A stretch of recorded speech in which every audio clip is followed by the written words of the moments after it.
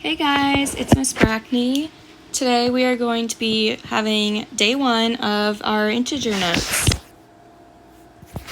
So this is basically everything that we're going to be going over Monday and Tuesday, mostly Monday.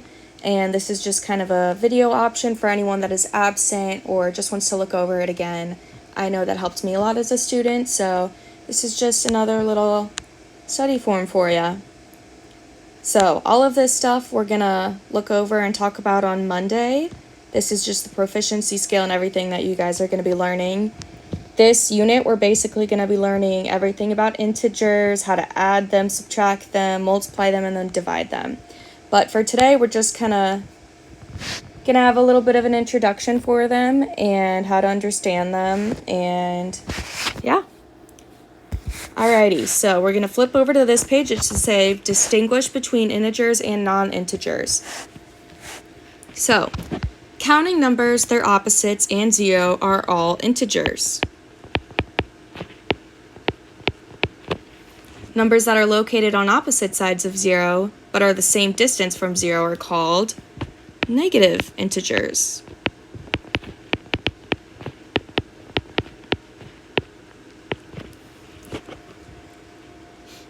So one thing that you guys have probably seen a lot is number lines that start from 0 and move to the right, getting bigger.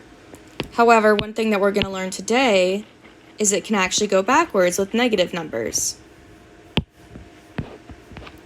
So anytime you see numbers to the left of 0, that means it's a negative number or a negative integer. The further it is to the left, the smaller the number is. So technically, if I were to look at negative 10 here, the number may be bigger than 6 if it was over on this side, but negative 10 over here would still be smaller than negative 6 since it's further to the left from 0. So we're going to be looking at opposites of integers on the right versus on the left. So what's the opposite of 6? I'm going to come on over here and I'm going to put a dot right by 6. And I'm going to start over at 0, and I'm going to count how many times it gets to get from 0 to 6. So 1, 2, 3, 4, 5, 6. That took me 6 times. So now I'm just going to go ahead and do the same thing, but moving backwards. 1, 2, 3, 4, 5, 6. So the space between both of these numbers to 0 is the same. But since this number is towards the left of 0, it is a negative. So the integer that is the opposite of 6 is negative 6. Okay, so let's talk about 0. 0 is neither positive nor negative. It's its own opposite. But I can read a negative as the opposite integer.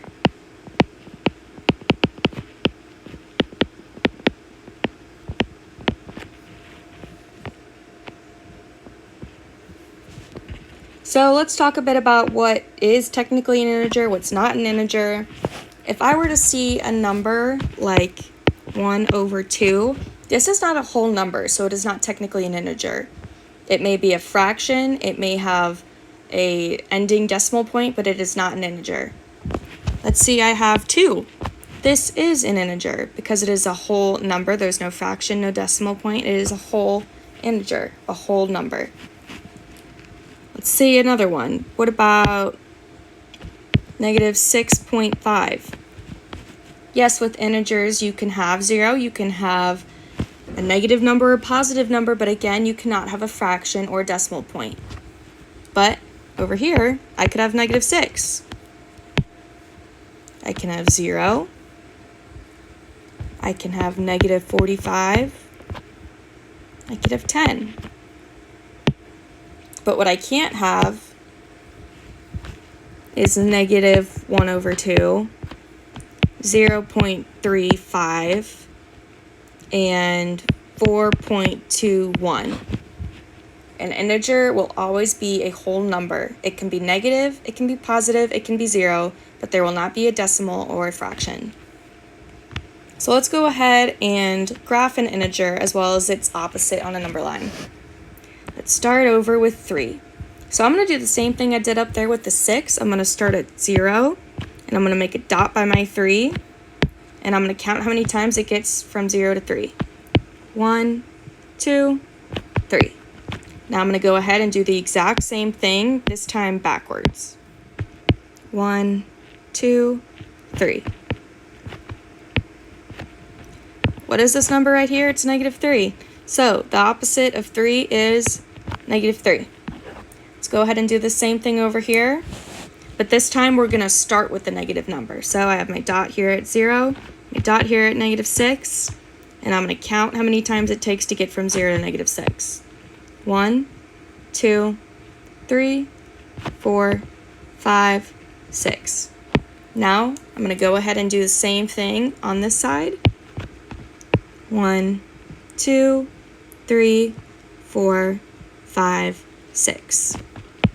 So the distance between 6 and 0 is 6. The distance between negative 6 and 0 is 6.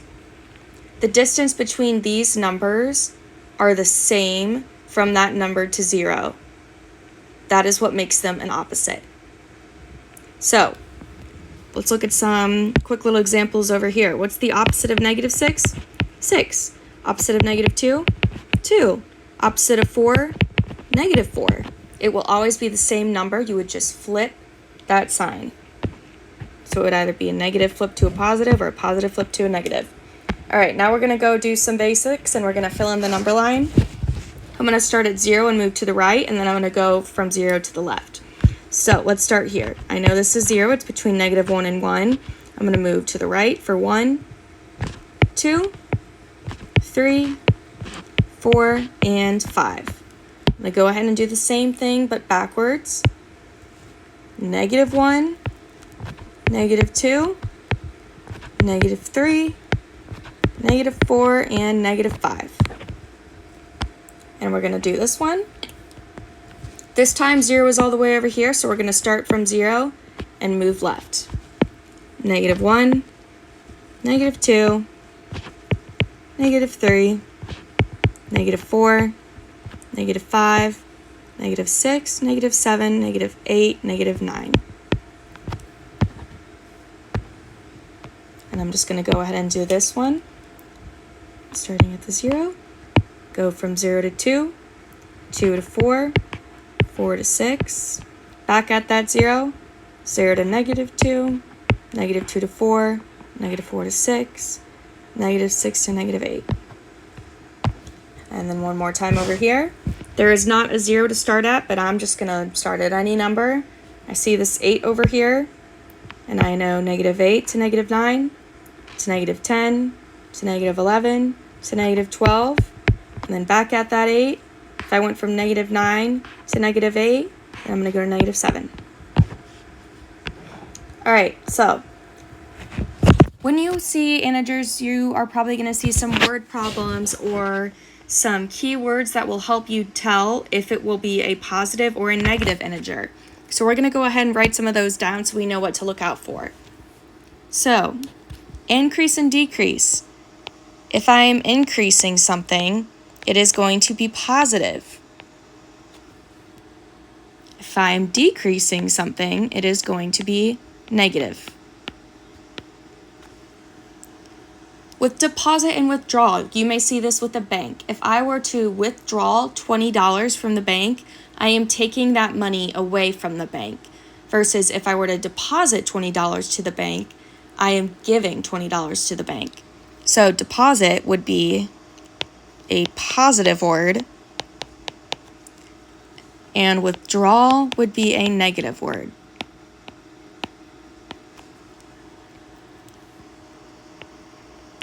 Same thing as we stated before. If I were to deposit something, the bank is gaining that money, versus if I were to withdraw it, they would be losing or have a loss. If I lose $5, I don't have $5. I don't have $0. I lost $5, so I would have negative $5. Versus if I gained it, I would have $5. Credit and debit is something we'll talk about a little bit later, but just know that credit is going to be a positive word versus debit will be a negative one. Now up, same as increase and decrease. I know up is going to be positive and down is going to be negative. Same with rise and fall. Let's say I see a graph that starts from this point right here and goes up like this. This would be positive versus if I saw a graph over here, it started right here and went down, that would be a negative one. Similar situation. All right, now we're going to go ahead and we're going to actually use these keywords that we just learned, and we're going to start with some examples of it. So, if I can get this to work, there we go. A contestant gains 250 points on a game show. I'm going to look right up here and see gain. Right there, I know that's a positive word, so I'm going to put plus 250. If the contestant gained 250 points, it was added, so it would be plus or positive 250. Gasoline freezes at 40 degrees below zero. Below, that tells me below zero. I could say below zero, to the left of zero, less than zero. That kind of indicates that it would be negative. So I'm going to put negative 40 degrees. A hiker climbs 900 feet up a mountain. Up, I know from above, that is a positive keyword. So I'm going to say positive or plus 900 feet. You have a debt of $24. Debt, if I go ahead and look up here, debt or, I will go ahead and write that there. Debt or debit tells me that I have negative that amount of money. So if I have a debt of $24, that is the same of saying I don't have $24, I don't have $0, I owe $24. If I went to the store and I saw a pair of shoes that I really wanted for $24, but I forgot my money at home, my friend Katie was nice enough to get them for me. If I were to pay her back, I don't have $24, I don't have $0, I owe Katie $24. So for that, I would put negative $24. If you ever see debt, just remember that that means a negative number because you owe it. All right, a football team loses 5 yards in a play. Let's go ahead and draw a football field. I got the 50-yard line, 40, 30, 40, 30. Let's say I'm on offense and I'm right at the 50-yard line and my goal is to go this way. If my team were to lose 5 yards on a play, I would go backwards to 45 over here. Since I'm losing it, and I can look up here and see lose and loss is a negative term or keyword to look for, I'm going to put minus or negative 5 yards. Okay, a savings account earns $30. Earns is another word I can go ahead and put up on here for positive. Because I am earning it. That means I am gaining it. So that would be a positive plus $30. Because the account is earning that money. They are gaining that money. Now, on the opposite side, Lisa withdrew $50 from her bank account. As we just talked about with the keywords, withdrew means you are taking money out versus deposit means you are putting money in. So since Lisa withdrew, she took that money away, the bank account lost $50. So I would put negative $50. All right. Now we're going to talk a bit about comparing and ordering integers. So I'm going to do a number line here for each one just so I can remember. I have 0 here. I'll do 6, negative 6, negative 3, and 3. If I know that this line goes from greatest to least, and I have 3 right here and negative 6 right here, I can simply look at the number line to know that 3 is going to be greater than negative 6. Even though the number itself, 6, may be bigger than 3, since it is negative, the bigger a negative number is, that's the further that number is from 0 to the left, which would make it a smaller number. So let's try this example. I'm going to make another number line. I'm going to do negative 12, 12, 0, and 6 and negative 6. So I'm going to put a dot about right here for 4, and then right here for negative 12. And I'm going to follow that same rule that anything from 0 to the right, it's getting bigger, and if it moves from 0 to the left, it's getting smaller. So if my 4 is right here, that means it is bigger or greater than negative 12. So what happens if we have two negative numbers?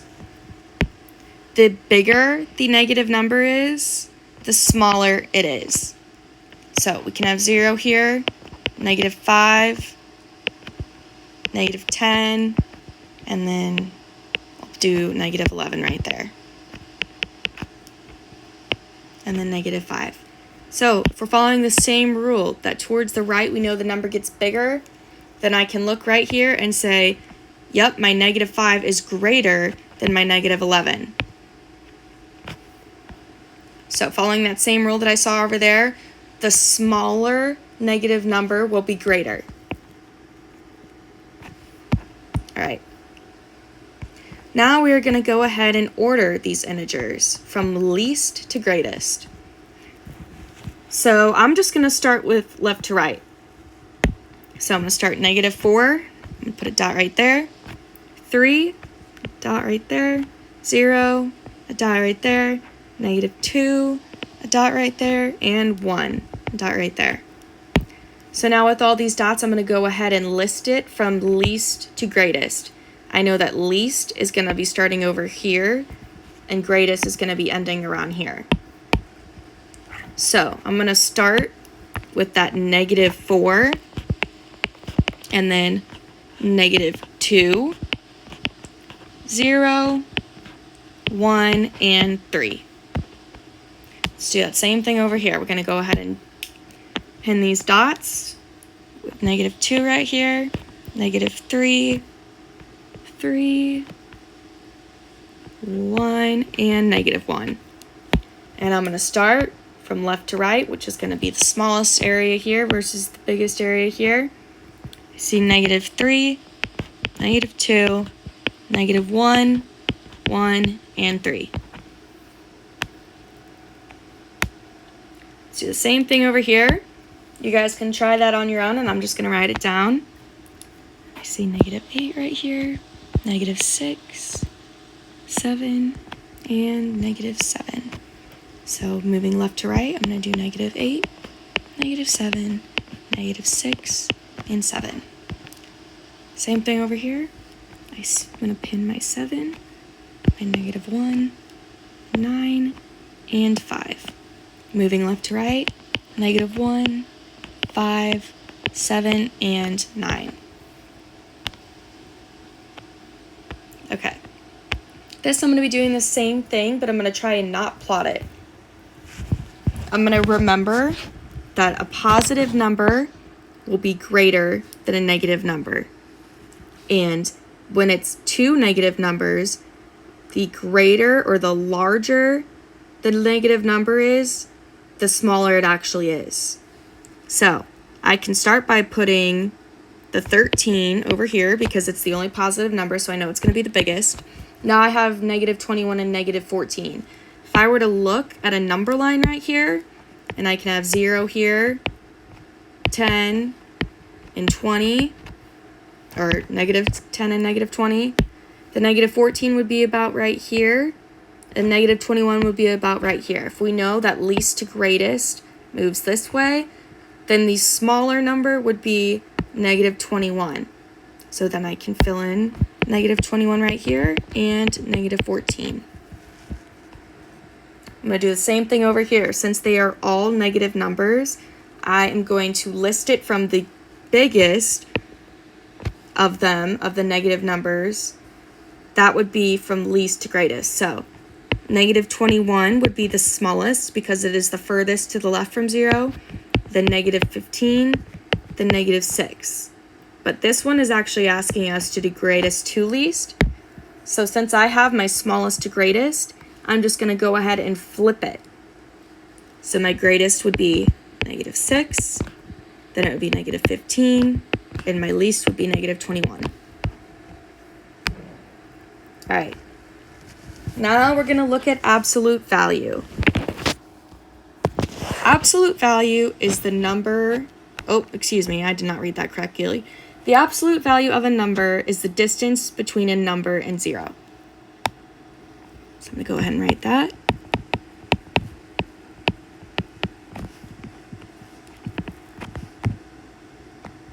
Because distance is always positive, absolute value will always be a positive number.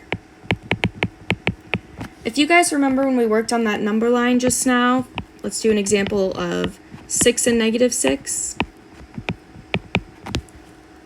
We remember talking about how the distance between 0 to 6 was 6 here, but the distance from negative 6 to 0 was also 6. This right here would be my absolute value. It would be 6. This is our distance. So we're going to go ahead and do this over here. If you ever see lines like this and a number in the middle, these lines indicate absolute value. So if you ever see those lines around a number, you just always remember whatever number is on the inside, it will be a positive now.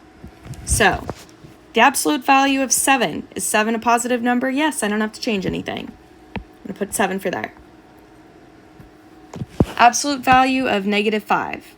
That is not a positive number. But since absolute value is always a positive number, the absolute value of negative 5 is just 5. Same way that the absolute value of negative 6 is just 6. So same thing, the absolute value of 10, that's already a positive number, so I'm just going to put 10. Absolute value of negative 23, that is a negative number, but the absolute value of any negative number is that same number, but positive. Now I'm going to go ahead and finish all these up. I'm going to put 18, 44, 229, 3. So this is when it can get a bit confusing. Absolute value, these lines right here say whatever is inside of here, whatever it comes out to has to be positive. So if I were to ignore this right here, this is a negative symbol, and I just had 17, I would know the outcome would be 17. But this negative symbol in front of it tells me it would actually be a negative 17. If the negative were inside of the absolute value, then it would still come out as 17. However, since this symbol is not inside of it, it would not be a positive number. So what do we do if we have 2 of them? So let's look just right here for now. Negative 32, I know that is just 32, but I still have that negative in front that's left in front. So I have my 32 from the absolute value of negative 32, and I'm just going to add that negative right in front to get negative 32. Same situation over here. I have negative 90. I'm going to look right here. I know that negative 90, the absolute value of negative 90 will be just 90. But I also have that negative in front. So I'm going to go ahead and take this and just add it right in front of that. So I should have negative 90. And same thing over here. Absolute value of 5 is 5. But I have that negative symbol in front of it right here. So I'm going to add that right in front. So I will have negative 5. All right. Now we're going to do something kind of similar to what we did before, but we're actually going to be ordering the numbers of absolute value. So what I'm going to do is I'm actually going to solve or simplify each one so I can get an answer and know what the number actually is before I order it. So I know the absolute value of 0 is 0. If the absolute value of -2 is 2, but I still have that negative in front, I know this will give me -2. The absolute value of -9 is just 9. And the absolute value of -5 is 5, but I still have that negative in front, so it will be -5. So I'm still going to order these numbers, but I'm going to look at what they actually are. So I'm going to start least to greatest. I know my -5 is going to be the least, but I'm going to put this number down. So I'm going to put negative absolute value of -5. And then the second least one would be my -2 here. So I'm going to put this number right here, negative absolute value of -2. And then I have my absolute value of 0. And then my absolute value of -9, because that will just still give me 9. Now I'm going to go ahead and do that same thing over here.